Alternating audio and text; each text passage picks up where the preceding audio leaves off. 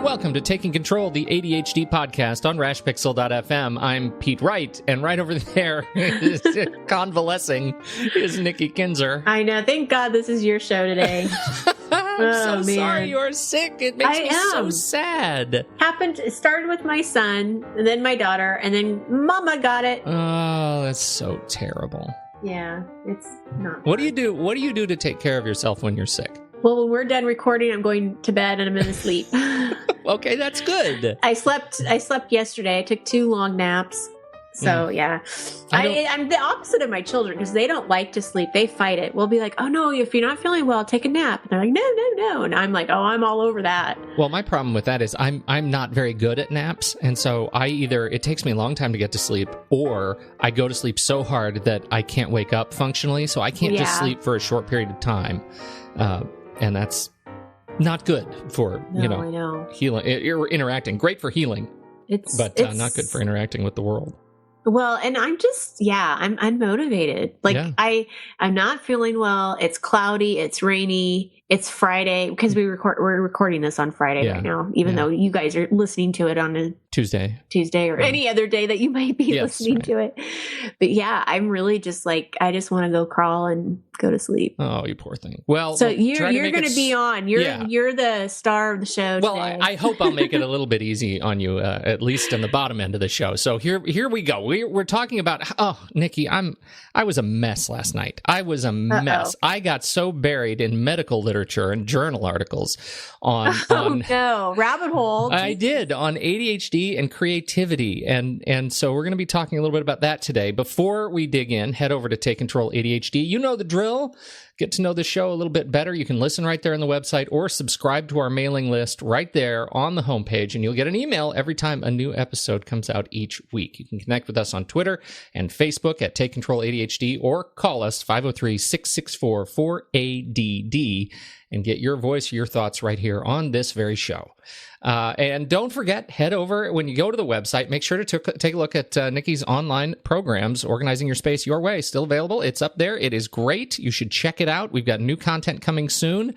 It is on your own pace, but it is guided, and that's the important part. It won't let you wander off into the weeds. It will tell you what to do when you're ready to do it. So that's what you need to do, Organizing Your Space Your Way at TakeControlADHD.com. And you can organize your weeds if you'd like. You could organize your weeds your way. Because it's a system, Organizing your weeds your way. That is actually, it was a follow-up that, I thought we were going to keep secret, but apparently it's out there now. It's there. We have a little bit of follow-up before we dig in. We got, what did we get? We got 2 emails to talk about? Yeah. Yep. The first one, thanks, Nikki and Pete.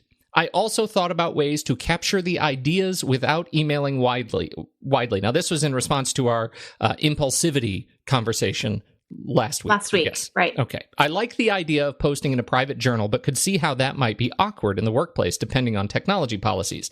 What if the listener emailed his or her private email accounts with the ideas and tagged the subject line to make them easy to retrieve later?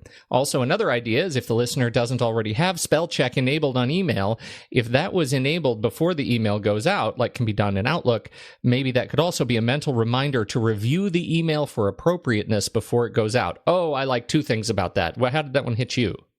I really like it because the spell check is the little red lines, right? So it's almost like a red flag. Yeah, right. Is what she's saying. It's right. Like it's a visual of, hey, stop.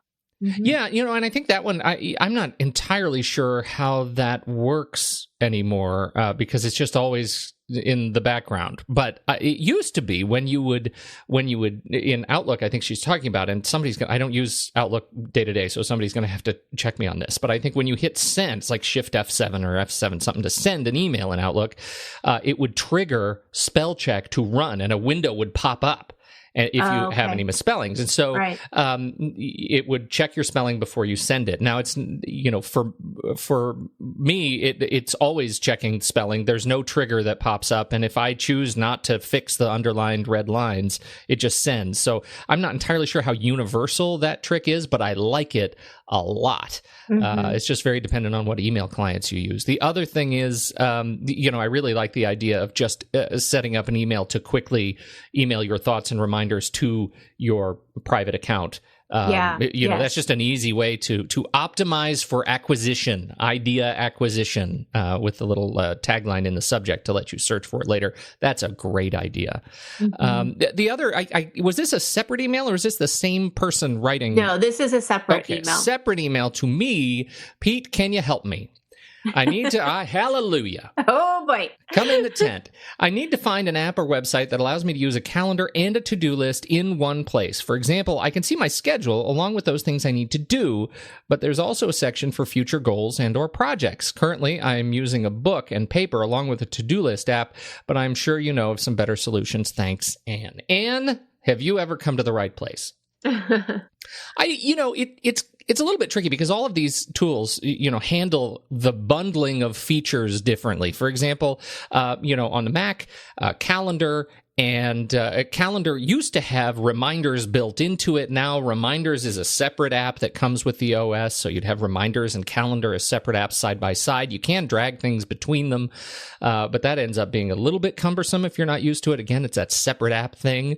Fantastical 2 is an app that I use for my calendar. It also builds in syncing to the reminders to the to-do list service. So you can have those open in the same place. But really, the big dog in this particular fight is, we've already mentioned it, Microsoft Outlook. Believe it or not, Microsoft Outlook is the tool. It's kind of the go-to standard for answering this question. It builds in your email, your contacts, your calendars, and your to-dos, and all of these functions.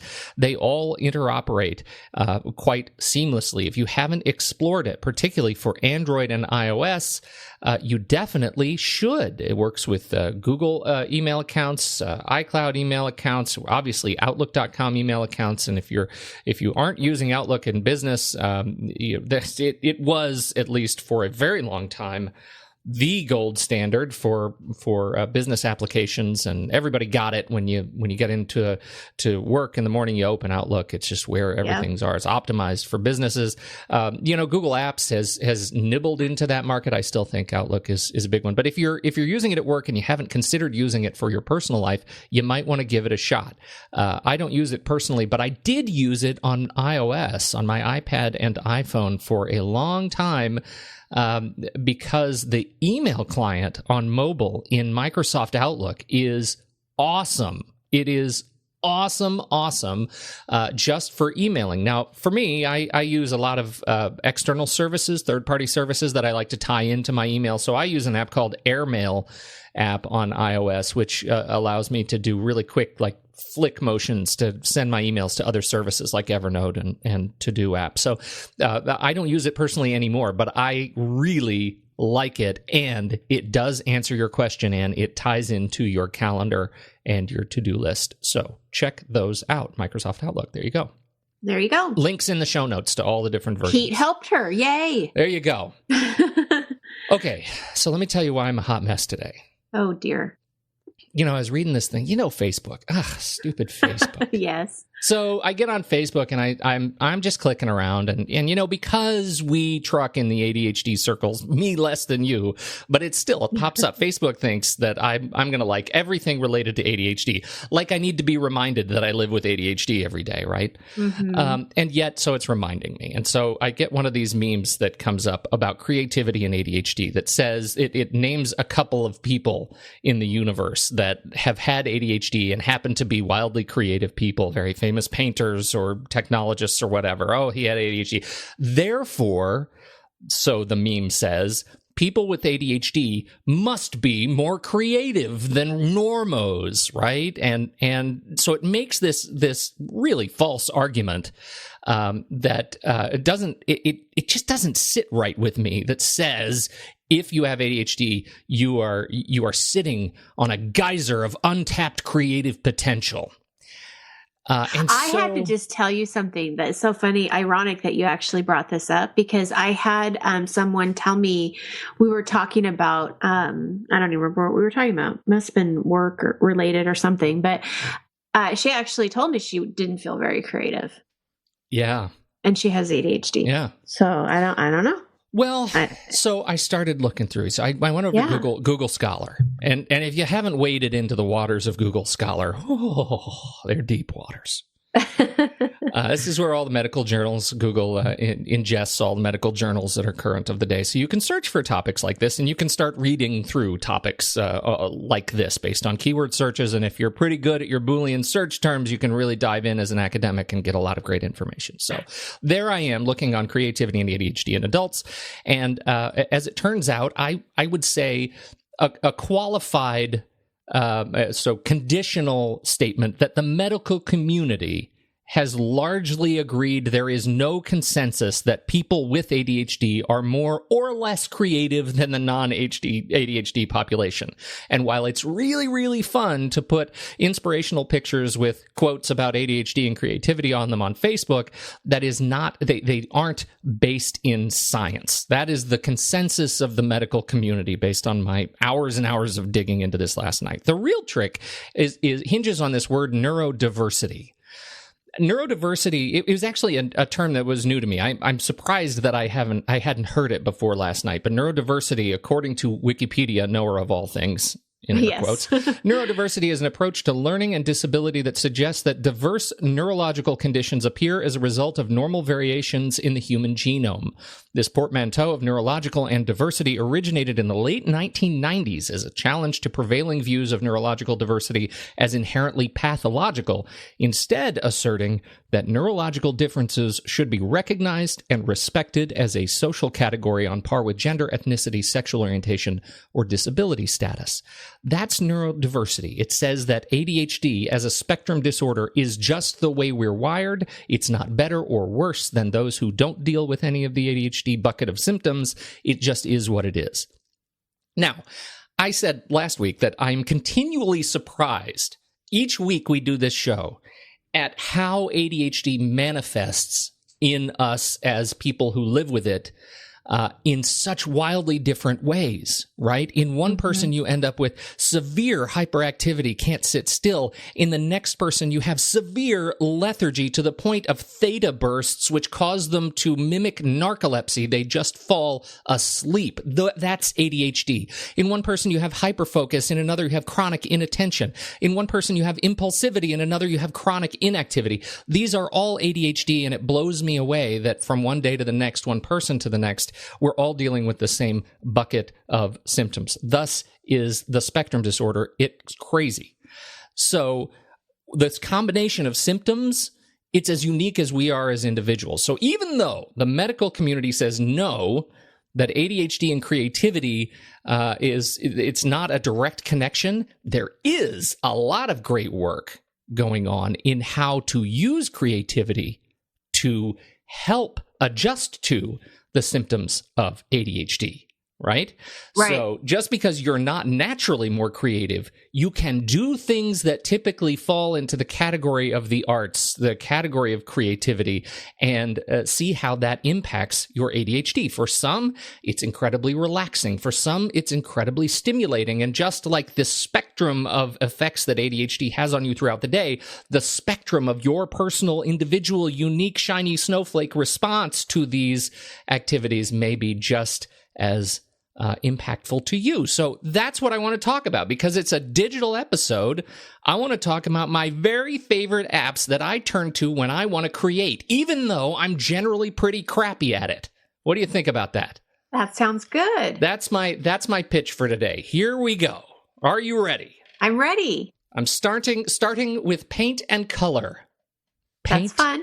And color. Yes, it is. You know what? So this is the bottom of the barrel, paint and color. One of the most surprising discoveries I had this year is this advent of adult coloring books. Have you heard of this thing? Well, this is big. This adult coloring books got really big. Like all of a sudden they're everywhere. They're everywhere. And I'm telling you, don't dismiss the adult coloring books. It's weird. It is a weird experience when you realize that you have just on a gag, right? Somebody says, "Oh, are you trying an adult coloring book?" And then you pick it up and you start and you're like, gosh, 15 minutes later, I just really had a good time coloring this stupid flower. Like, it's fascinating. So I have two apps to recommend for adult coloring books. And I shouldn't say adult. Anybody can color, right? It's not like they're adult, like it's pornographic coloring book. Exactly. That would be insane. I'm sure that exists too, but that's not what I'm talking about. For iOS specifically. Thank God. It's whole different show. iOS, particularly with Apple Pencil, if you have invested in the latest tools, there's an app called Pigment, which is fantastic. It is just delightful. Unfortunately, it's a subscription service, but you get a bunch of free things. They're like animals and jungle creatures and flowers and just like stencils that look like stained glass. And the tool is really great. You select your color, you mix your color, you can color in, you zoom in and color very, very fine spots. It's just delightful. And when I'm feeling really stressed out and I just know I need to slow down, I can open up one of these coloring books and and just really give myself a 15-minute brain break. Mm-hmm. For Android, Colorify looks like the analog to Pigment on Android, and again, it looks almost identical to Pigment. So if you are familiar with either or both, you are familiar with the other. Next is this idea behind sketch diagramming and watercolor. Two apps to recommend here. The first is Paper by 53. That's the name of the company, 53. This is an iOS, iPad, and iPhone only app, and it lets you do more than just coloring, right? So it's not there's nothing to color.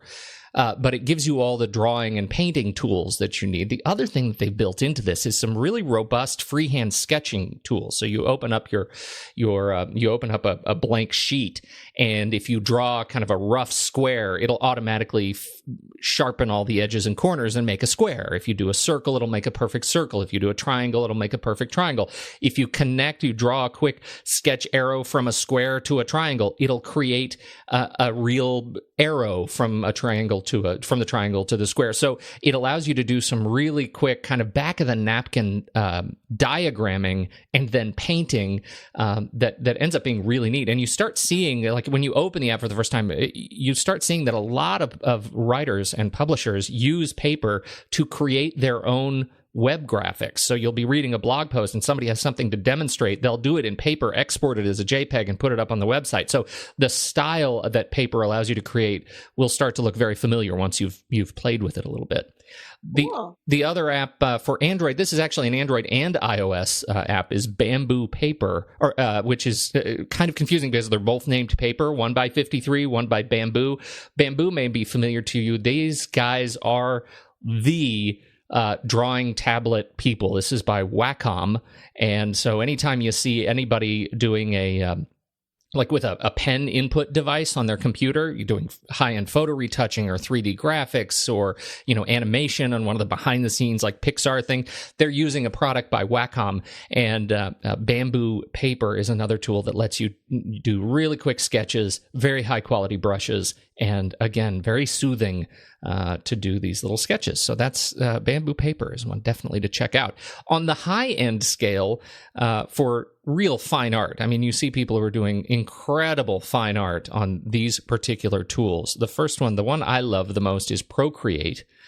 This is on iOS. This gives you the full gamut of watercolors, pastels, chalks, fine pens, whatever kind of brush tip you want, you can find it in Procreate. It gives you full layer access. So you could, and this is what I do all the time, just for when I'm looking to meditate.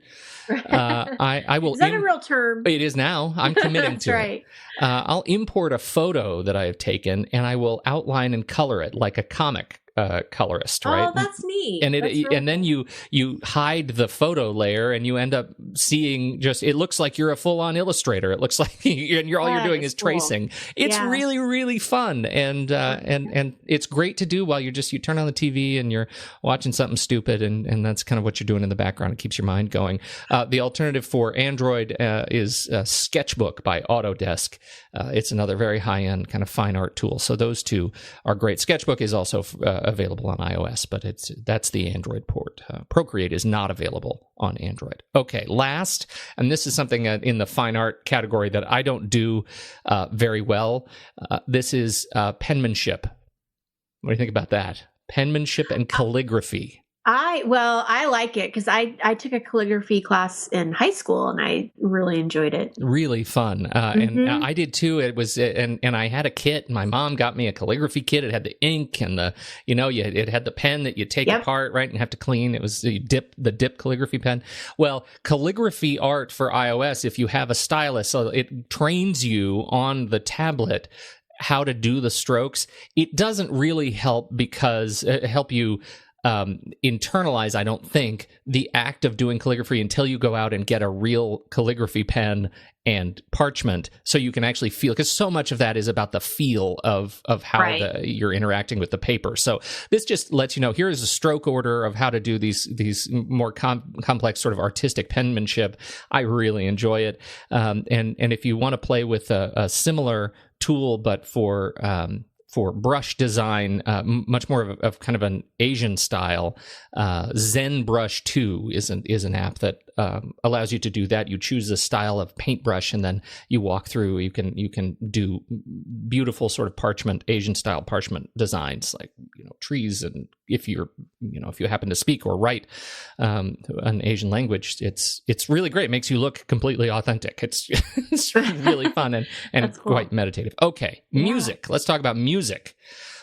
This is another one I really enjoy, and I do have a bit of a music background, so I kind of have a bent for this stuff. I recognize it's bias, and so I tell you that up front, that I find this really fun to play with. I encourage you to do the same, just to see if you have a musical vein in your body that maybe you can unleash through some creative experimentation. The first is GarageBand. For iOS, that's kind of the go-to, just because it ships for free when you get a new iPhone or iPad. It's there for you, but it is a deceivingly robust application. You can go in. I usually start with a drum machine. You can create wildly complex kind of EDM, trance, drum patterns, rock and roll patterns, and then you start layering these smart instruments on top of it, and before you know it, you've created a band. And it doesn't even have to be all that complex or competent of a structure. You're making music, and the act of putting your fingers on the screen and plucking that virtual guitar and hearing that guitar in your head is enormously satisfying. They have all the chord structures worked out, so you don't have to think about the music that your lack of music experience. You just start strumming and see what sounds good, and you can record it and play it back and share it. It's really, really fun. For Android, the alternative is StageLight. That seems to be the go-to. I haven't tested it myself, but that's definitely one to look at. Links in the show notes. And finally, this is one I could spend hours on, and I don't do this one that often because I found myself getting really lost. So you ever been to a club with a great DJ? You a club scene person yourself, Nikki? You do a lot of clubbing? A long time. Do I do a lot of clubbing? Well, oh, Pete. Okay. So recognizing our age. Yes. I don't do a lot of clubbing either, but last time I did, the best DJs always had these tricked out turntables, right? They have two turntables and boxes. The ones and I see in the movies. Yes, right. Those are true. Those are the ones, the movies. Well, and so this is a app available for iOS or Android from Algorithm called DJ2, and it gives you on screen your two turntables, and you can select from your music library and mix your own DJ mix, and that includes the house beats you can put underneath it. It'll normalize the rhythms, the beats of the song, so that they pair nicely with one another. You can switch back and forth between your. It's fun for teenagers too, yeah. I would think, and people that are really into music. I can totally see my son getting into that. Yes. Yeah. What I really like about this is that it doesn't take very long to get in there and get into the groove of it, like to understand the very basics of how this works. But if you put in more time, you can, you can run the club if you want. Like, it has some very sophisticated tools that these DJs have started to adopt. And I know that's Algorithm's, that's their intention, is to make this a tool that is used in clubs so you can completely digitize your DJ workflow, and it's all right in there. All your music is right in there. So it's a great app, and it's worth checking out, iOS and Android. Okay, last, and then I'm going to shut up. No, you have two more. Well, I'd say the whole section here is photography. Photography, videography. Now, if you have a cell phone, you got a camera, largely. Right. Although I did see a guy was in the AT&T store the other day, and I saw a guy with a phone without a camera. Very old flip phone. And he was really reluctant to give it up, but it wasn't actually making calls anymore, and he was very frustrated that he could power it on, but it wouldn't make calls. And the poor AT&T guy's like, man, your phone's dead. You got to give it up. But it was one of those cold, dead hand moments. I felt bad for the guy. Anyhow, oh, yeah. You get a new phone, you got a new camera. And just taking pictures is one thing. If you enjoy taking pictures, take pictures, play with the pictures. But I want to call out specifically 2 features of the latest cameras that you need to play with because they're fantastic. One is slow motion, and the other is time lapse. Now, I'm currently shooting on an iPhone 7 Plus, which this is I think they introduced the slow motion like two maybe 3 generations ago, and so you can set your camera to record very, very slowly. So either 120 or 240 frames per second, that when played back at normal speed makes things really, really slow. And I found myself the other day, I was really fritzed out. I was frustrated. I had a client that was frustrating me, and I needed to chill out. I went in to pour myself an iced coffee. And so I poured the coffee, and I got it all dressed. I put the ice in it. Then I needed to put the cream in it, the half and half. So I poured the half and half, and it was so gorgeous watching it like go down there, the waves of the cream mixing with through the ice and the coffee, that I the next time I did it, I brought my camera out. I set it to the super slow motion, and I just leaned it up against a coffee mug, and I hit record and poured that cream in, and it has become like the most trance-like experience. It lasts like 3 minutes. This experience of just pouring cream into iced coffee, but I could watch it all day long on a loop. It is so meditative. So I think exploring what life looks like around you in slow motion can be really fun. So definitely do that. The other is time lapse, and that, of course, is going the other way. When you take the world around you and speed it up so you can see what things look like when time is compressed. I did this. We have a coffee maker with a glass carafe, so you can watch the water go down. And of course, when you're just brewing coffee over 15 minutes, it goes down super slowly. I actually set up the time lapse watching my coffee maker brew coffee. It's fascinating. The way the water comes down, then it stops for a little bit. Apparently there's something blooming in there, and then it goes down a little bit more and then blooms some more. I loved that. So I've been taking time lapse of the sky over my head, of the way the flowers turn over the course of a sunny afternoon. These are all things that are just right around you. So kind of leverage that, take a break, go outside, set up your camera. You have it already in your pocket, and see what you can do with those tools. My husband did it with the sunset at the beach. And so he did the little time lapse thing so we could see the sunset. It was really cool. It is really cool. I strongly recommend it. There are 2 apps that I use. Occasionally, mostly I just use the built-in apps in the camera, but there aren't that many settings. So there are a lot of apps that let you do this. The easiest go-to one comes from is Hyperlapse, and that comes from Instagram, which of course comes from Facebook now, and that's available for iOS. Hyperlapse is a great tool, not just for doing these kind of time lapse, but also for just giving you really, really smooth video. It has some interesting kind of motion stabilization built in. So you can watch something at very fast motion, or you can watch it at normal speed, and it's just super smooth. So that's very cool. The other is Lapsit on Android, which seems to be the go-to third-party, very full-featured app for doing time-lapse photography. Google has also come up with some fantastic tools in their own photo applications. So if you're either iOS or Android user, you should check out Motion Photos and see how that works for you as well from Google. Last, I promise, you could just go out and buy paper and pens and paintbrushes. And adult coloring books and sketchbooks and all those. You really could just go to your local art supply store and do all this stuff. But it's a digital episode, so these are my favorite tools, and I hope some of them help you to chill out with art therapy. Yeah. And what did you call it? You had a new word. Neurodiversity. No, well, but the meditative, you said. Drawditative? Drawditative. If you're drawditating. Yes. Yeah. We just make stuff up here. We just make stuff up left and right. You just have to commit. It'll stick. I love it. I think it's great. Good. Well, I hope that helps, folks. There you go. Thank you, everybody, for putting up with me yet again as Nikki sits mostly silently and nurses her ailing self. That's right. This fine week. This has been a fun digital episode. Super fun reading all that research. So I hope I was able to distill at least some of these concepts down. And next week, Nikki's driving again. So there you go. Thanks, everybody. There you go. Thank you, Pete. Thank you. On behalf of the good Nikki Kinzer, I'm Pete Wright. We'll catch you next week on Taking Control, the ADHD podcast.